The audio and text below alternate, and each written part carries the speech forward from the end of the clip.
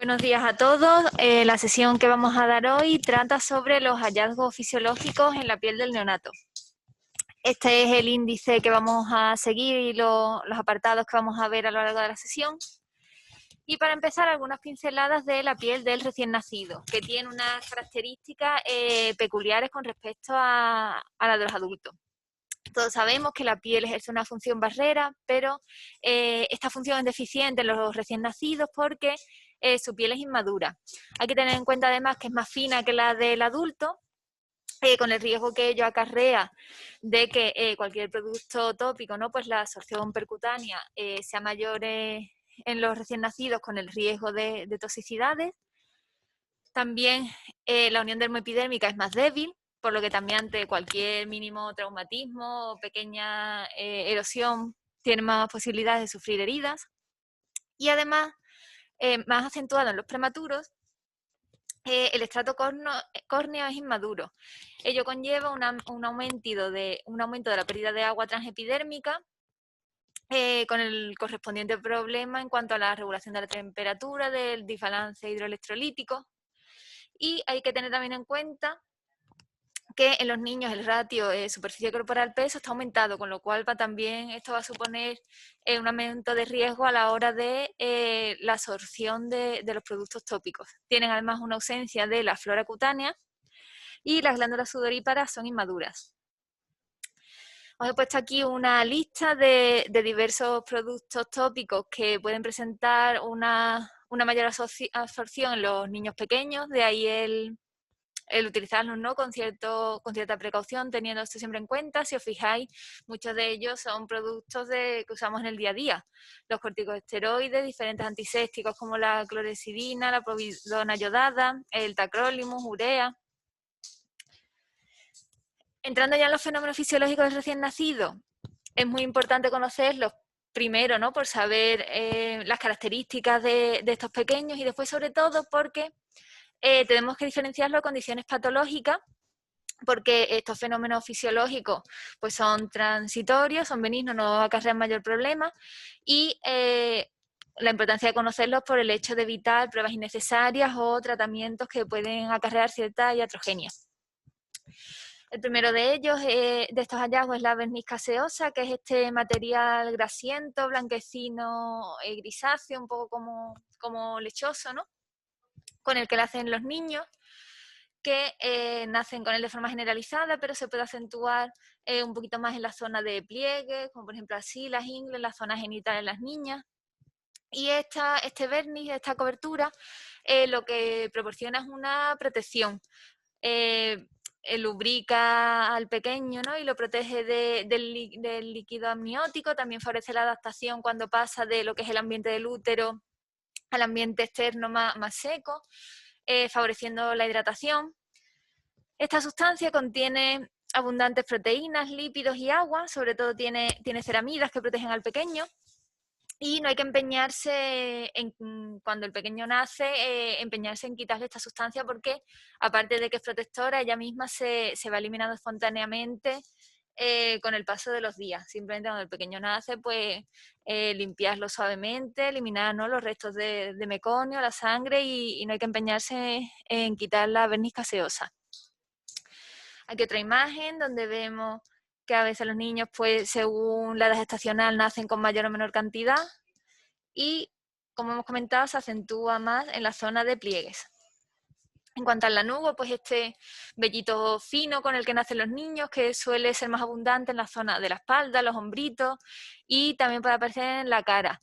Y pues también es un vello que hay niños que nacen con más, con menos, y también va desapareciendo a lo largo de las semanas y se va sustituyendo, ¿no? pues en el cuero cabelludo por el pelo terminal.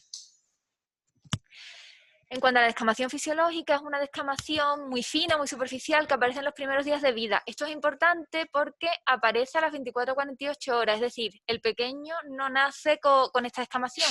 Si vemos que ya justo al nacer, en el momento del parto, el niño ya tiene descamación, hay que tener en cuenta que no tenga, por ejemplo, una histiosis congénita, o que sea un niño prematuro, que haya tenido algún problema intraútero. Entonces, como hemos dicho, aparece a las 24 o 48 horas, va aumentando en intensidad durante los primeros días, y poquito a poco va desapareciendo hasta que alrededor de la tercera semana pues el niño ya no presenta esta descamación. Empieza típicamente en las palmas y las plantas, donde es un poquito más acentuado. Hay veces que se queda aquí localizado y otras veces pues se generaliza. Y la intensidad de esa descamación pues va a depender pues de la raza, del sexo, de la edad gestacional. Como vemos aquí, es más acentuado a nivel de palmas y plantas. Y esta descamación fisiológica hay que diferenciarla de esta otra imagen, que sería un pequeño con una ictiosis. Si os fijáis, aparte que la descamación es más generalizada, es más llamativa, vemos unas escamas, ¿no? Una descamación más gruesa, con algunas zonas incluso ya un poquito más erosivas, y además característicamente el fondo eritrodérmico que suelen presentar estos niños con ictiosis. En cuanto a la coloración cutánea, pues el pequeño puede, en los primeros días de vida, pues puede presentar distintos tonos de piel. Algunos sí van a tener importancia, pero los que vamos a comentar ahora pueden ser más o menos llamativos, pero no tienen ninguna repercusión. Los pequeños cuando nacen pues son muy rojizos, incluso un tono un poco hasta tirando a violáceo, están muy pletóricos, y esto poquito a poco pues va desapareciendo y van adquiriendo un tonito más rosado. Entre los primeros cambios de coloración que vamos a comentar, que son fisiológicos, está la acrocianosis. Es más llamativa en las manos, los pies, ¿no? y los labios. Es esta coloración violácea episódica que va y viene y que suele acentuarse pues bien por el frío, cuando el pequeño llora. Es fisiológica y se debe a un aumento de tono de las arteriolas periféricas que producen un vasoespasmo, lo que secundariamente lleva a una dilatación y hace que la sangre se acumule en los plexos venosos, dando este tono azulado. Esto hay que diferenciarlo de una cianosis verdadera, ¿no? En la que sí hablaríamos ya de una patología. En cuanto a la cutis marmorata, es otra de las respuestas fisiológicas al frío. Y lo que vamos a ver es este fino patrón reticular moteado, un poquito violáceo, que suele presentar el niño en el tronco, en las extremidades. Y esto es una respuesta fisiológica al frío, que si calentamos un poquito al niño, pues esto desaparece. Esta cutis marmorata es importante diferenciarla de esta otra imagen, que es la cutis marmorata telangiectásica congénita. Aquí ya estamos hablando no de algo fisiológico, sino de una anomalía vascular. Entonces, si os fijáis, aunque también presenta este patrón un poco reticular, estamos viendo las lesiones son mucho más llamativas, con un color más purpúrico, mucho más acentuada, incluso el centro un poquito atrófico, y ya no solo eso, sino que esta lesión es persistente, por mucho que recalentemos al niño, esta lesión no va a desaparecer, y además asocia a otra serie de problemas, como puede ser una hipoplasia de la extremidad afecta, a veces se extiende un poco a la mitad isilateral del tronco, y puede asociar también otras manifestaciones generales como problemas oculares, neurológicos, ortopédicos. En cuanto a la coloración en arlequín, pues también es llamativa, ¿no? Vemos que el pequeño, cada mitad del cuerpo adquiere un tono. Esto también bien es fisiológico, ocurre de forma espontánea y puede durar de unos segundos a unos pocos minutos, y sucede típicamente en prematuros cuando se les coloca de lado. Entonces la mitad del cuerpo que queda más abajo se pone más pletórica, más enrojecida, mientras que la mitad que quedaría arriba es la que se queda más blanquecina. Y típicamente vemos esta línea que separa las dos mitades, que a veces puede ser más llamativa o menos, y puede ser incompleta, respetando la cara y la zona genital. Y esto parece que se debe a una inmadurez de los centros hipotalámicos. Normalmente puede suceder en los primeros días de vida en los niños los que sucede, y después pues no tiene mayor repercusión. Esta coloración tipo arlequín hay que diferenciarla de la ictiosis arlequín. Realmente lo que no hay que confundir es el nombre, porque clínicamente no tiene nada que ver. Esto es una ictiosis arlequín, donde vemos esta forma tan grave de ictiosis, donde los pequeños nacen con estas escamas tan gruesas, adheridas, que les recubren todo el cuerpo, nacen con estropión, con eclavium, y pues como podéis imaginar, el pronóstico de estos pequeños es infausto. Normalmente fallecen al poco tiempo con complicaciones infecciosas de sepsis, tienen restricciones torácicas, abdominales. En cuanto a la ictericia fisiológica, pues también la conocemos todos, ¿no? Este colorcito amarillo que tienen algunos pequeños. Ojo también porque empieza en el segundo día de vida en los niños en los que se da y tiende a desaparecer al cabo de 1 o 2 semanitas. En los prematuros sí hay que tener en cuenta que este tono amarillento va a ser más llamativo y puede tardar más en desaparecer. La ictericia fisiológica debemos diferenciarla de la patológica, donde es fundamental el momento de la aparición, porque mientras que hemos dicho que la ictericia fisiológica aparece a las 24 horas de vida y dura más o menos unas 2 semanas, la ictericia patológica va a aparecer o bien antes, es decir, en el momento de nacer, o después de la primera o segunda semana, es decir, cuando la fisiológica ya debería haber desaparecido. Además, la coloración amarillenta va a ser más llamativa, las cifras de bilirrubina también van a ser más altas y normalmente asocian otra serie de manifestaciones, como pueden ser, por ejemplo, los vómitos. Los quistes de Milion tampoco tienen mayor problema, son otro hallazgo frecuente en los niños, ¿no? Con estos quistes, estas papulitas blanquecinas, milimétricas, monomorfas, que a veces se agrupan y típicamente aparecen en la cara, en la zona de mejillas, en la frente. La hiperplasia de las glándulas sebáceas también es un hallazgo fisiológico en los recién nacidos a término. Parece que se debe a una estimulación de los andrógenos maternos y lo que vemos son estas papulitas, ¿no? También milimétricas, agrupaditas, de un tono un poco más amarillento, que aparecen típicamente pues, en la zona de mejillas, en la nariz, en el mentón, y también se resuelven. Y ahora ya por último os voy a comentar una serie de lesiones o de manifestaciones que si bien es cierto que no son fisiológicas como tal, ¿no?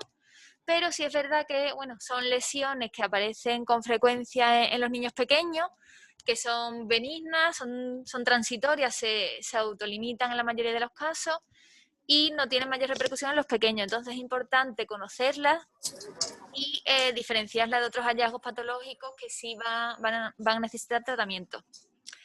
La primera de ellas es la mancha mongólica, que todos conocemos, ¿no? Esta típica mácula azulada grisácea que aparece típicamente en zona lumbar, zona glútea, se puede extender un poquito a los muslos. No tiene ninguna repercusión y también suele desaparecer a los 2-3 años. Esta es una melanosis cutánea que no tiene mayor repercusión. La mancha salmón, también muy frecuente en los niños. Esto es una malformación capilar, de hecho es la malformación capilar más frecuente. Aparece típicamente en la nuca y la podemos ver también en la frente, a veces se extiende un poquito a la nariz, el entrecejo, filtro nasal. Y también puede aparecer en zona lumbar. A veces se esquematiza un poquito, pero tampoco tiene mayor repercusión. La de la frente y zona facial suele desaparecer, mientras que la de la nuca y la lumbosacra pues, puede perdurar en el tiempo. Y ya por último, una serie de erupciones benignas transitorias, que es esto que os he comentado, que aunque pueden ser muy llamativos, no tienen mayor problema, pero sí es verdad que hay que diferenciarla cuando las vemos de otras erupciones similares, vesículopapulosas, que sí tienen gran importancia y repercusión en los niños, como pueden ser diferentes infecciones, como por ejemplo la candidiasis, la sífilis congénita y entre otras. El primero de ellos es el eritema tóxico neonatal, de hecho es la erupción neonatal más frecuente, aparecen más en pequeños a término y se inician entre el segundo o cuarto día de vida y se autolimita más o menos en una semana. Vemos que los pequeños presentan estas pápulas, estas pustulitas milimétricas que asientan sobre una mácula eritematosa, típicamente tienen un halo eritematoso, es bastante llamativo, generalizado, pero por lo demás el niño tiene buen estado general y esto se autolimita en cuestión de 7-10 días y no necesita tratamiento. La segunda de estas erupciones es la melanosis pustulosa neonatal transitoria, que es similar al eritema tóxico neonatal, pero tiene algunas diferencias. Esta también es más frecuente en recién nacidos a término y aparece típicamente más en niños de raza negra. ¿Cuáles son un poco las características que nos permiten hacer el diagnóstico diferencial con el eritema tóxico neonatal? Pues tenemos que aquí aparece desde el nacimiento y el otro hemos dicho que aparece a los 2-4 días. Y aquí también vemos pústulas, pero no tienen esa mácula eritematosa ni ese halo eritematoso que presentaban las otras. Estas lesiones además cuando van resolviendo se dejan un típico collarete descamativo y cuando se resuelven pues dejan una hiperpigmentación que sí puede durar unas semanitas en desaparecer. La miliaria cristalina también la conocemos todos, es muy, muy típica, ¿no? Se produce por la retención intraepidérmica de la secreción glandular. Y lo que vemos son clínicamente pues estas pequeñas vesículas transparentes que recuerdan a gotas de agua, monomorfas, y que pueden ser más localizadas o más generalizadas. No tiene tampoco ninguna repercusión en el pequeño, suele aparecer en niños en verano, niños que están en incubadoras o que los padres los abrigan mucho, ¿no? Entonces esto no tiene más tratamiento pues que poner al pequeño en un ambiente más fresco y quitarle un poco de ropa de abrigo.